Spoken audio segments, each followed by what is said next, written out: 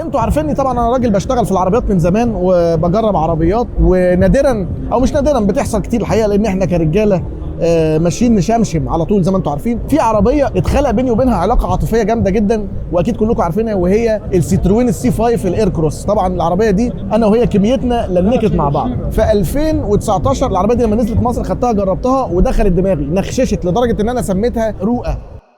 واصله معاك لمرحله تحس ان هي ممكن تدخل لك جمعيه وتقبضها لك هي الاول، هي واصله للمرحله دي. وعشان كده انا قررت اطلق على العربيه دي رؤى. شبهتها بالفنانه نوره في فيلم العار، وحسيت ان هي بتحتويني كده وبتمسجني يعني ما اعرفش، كنت مريب انا في الريفيو، ونخششت دماغي عجبتني لدرجه ان اسم رؤى ده كمان لزق فيها بقى. يعني العربيه بقى اسمها رؤى في السوق المصري اصلا، ده الغريب. يعني بقت لما حد يجي يبيع العربيه دي في سوق المستعمل يكتب كده في الاعلان رؤى السوق المصري. فطبعا جرسنا العربيه. المهم يشاء القدر ان في 2019 بعدها بكذا سنه 2021 رحت شاريها. ما قدرتش انساها بقى في الفتره دي خالص، واشتريت العربيه. مستمتع بيها انا الحقيقه، بحبها جدا. ولكن طبعا كرجاله احنا ما بنهداش، النزوات لا تنتهي. انا موجود النهارده في معرض باريس الدولي عشان شكلها داخلين على نزوه جديده، لان اللي ورايا دي هي عماله تلف كل شويه معلش، بس اللي ورايا دي هي السيتروين السي 5 الاير كروس، الشكل الجديد بقى خالص. بس دي كونسبت موديل، يعني ده اول ظهور ليها في التاريخ. طبعا في الناس ما عندهاش دم، كله عمال يعدي من ورايا ولا اكني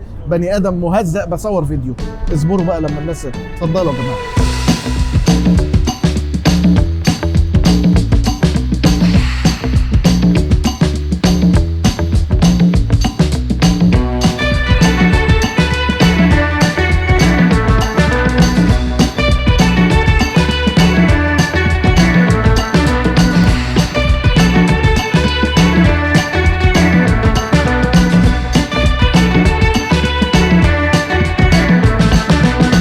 العربيه دي اول ظهور ليها، ودي بقى هتعتبر غالبا النزوه الجديده. يعني لو تاخدوا بالكم ده الشغل الجديد، الستايل الجديد، الجين زي. يعني لو تفتكروا السي 5 بتاعتي دي تحسها كده الفنانه نوره زي ما شبهناها، دي تحسها مديه على طار عماد سنه. يعني تحس كده ان ايه الجيل الجديد. وطبعا انا العربيه دي عجباني، وهاخدكم في بعض التفاصيل اللي هي تفاصيل مش كتير قوي ليها، لان احنا لسه العربيه جديده تعتبر. هاخدكم في بعض التفاصيل. اتفضل جو اهيد الونزي. هاخدكم في بعض التفاصيل عشان العربيه دي ان شاء الله ناوي اركبها لما يعني اشتريها، قصدي مش مؤاخذه.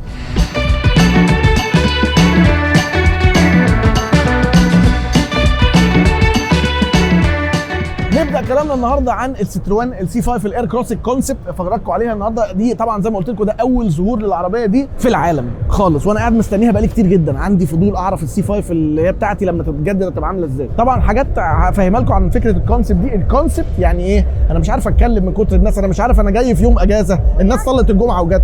الكونسبت يعني بتبقى عربيه اختباريه، بمعنى ايه؟ ان هم بينزلوا لك زي تصميم كده مجنون، ويشوفوا الناس رايها ايه على التصميم، وبعد كده يشوفوا ايه اللي هياخدوه من التصميم ده يحطوه في البرودكشن موديل او العربيه اللي هتنزل. بناء على اللي احنا شفناه في السي 5 الاير كروس القديمه، سيتروين لما بيعملوا عربيه كونسبت الاصليه بتطلع شبهها بالظبط، وده اللي هيحصل في العربيه دي. الناس هنا في سيتروين قالوا لنا ان 90% من اللي انتم شايفينه في الديزاين بتاع السي 5 الاير كروس الكونسبت ده هيبقى نازل في البرودكشن موديل بتاع العربيه ان شاء الله. طبعا الحاجات المختلفه اللي ممكن تشوفوها في السي 5 الاير كروس الجديده هو فكره ان هي حجمها بقى اكبر، وفي موديل منها هينزل 7 ركاب 7 سيتر. فهي العربيه بقت وقفتها يعني شديده وعنيفه كده، وفيها تفاصيل كتيره في الديزاين هفرجكم عليها لسه، بس هنزل ايدي عشان وجعتني والناس عماله تتفرج عليها زي اللهبل. انا مش عارف في الناس مستغربه لاني بصور فيديو.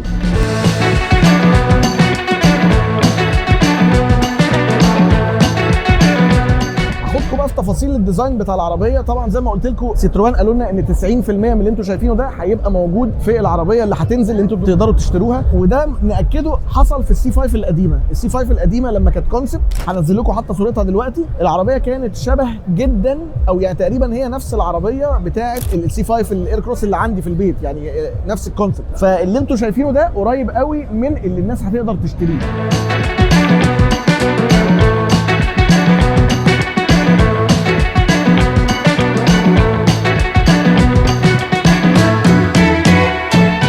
هاخدكم في جوله بقى مع العربيه دي ومع تفاصيلها ومع تصميمها. زي ما انتم شايفين طبعا الحاجات اللي انتم ما توقعتش ان انتم تلاقوها في الموديل الانتاجي بتاعها، الجنود دي طبعا استحاله.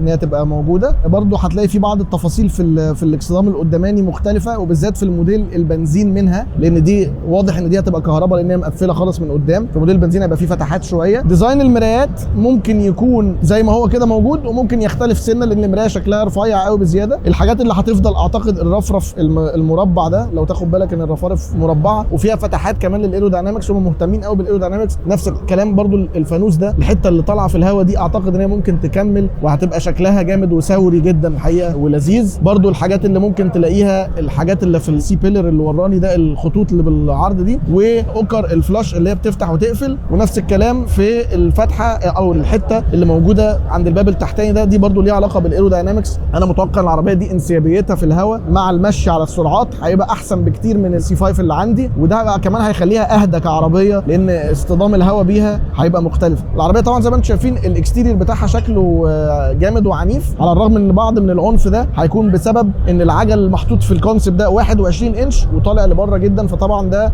مديها احساس ان هي اكبر بكتير من حجمها، ولكن على الواقع العربيه دي هتلاقي جنوطها 19 20 بالكتير جدا، وهتبقى الكاوتش داخل لجوه شويه مش هيبقى طالع لبره كده. كان نفسي طبعا اوريها لكم من جوه، بس هو لسه الانتيرير بتاعها ما خلصش. الناس في ستروين او المسؤولين في ستروين قالوا لنا ان العربيه الانتيرير بتاعها لسه ما تمش الافصاح عنه، وغالبا ده مش هيتشاف غير في الموديل بتاع العربيه نفسه لما ينزل، اللي هو هيبقى الكلام ده سنه 2025 في اخرها مثلا.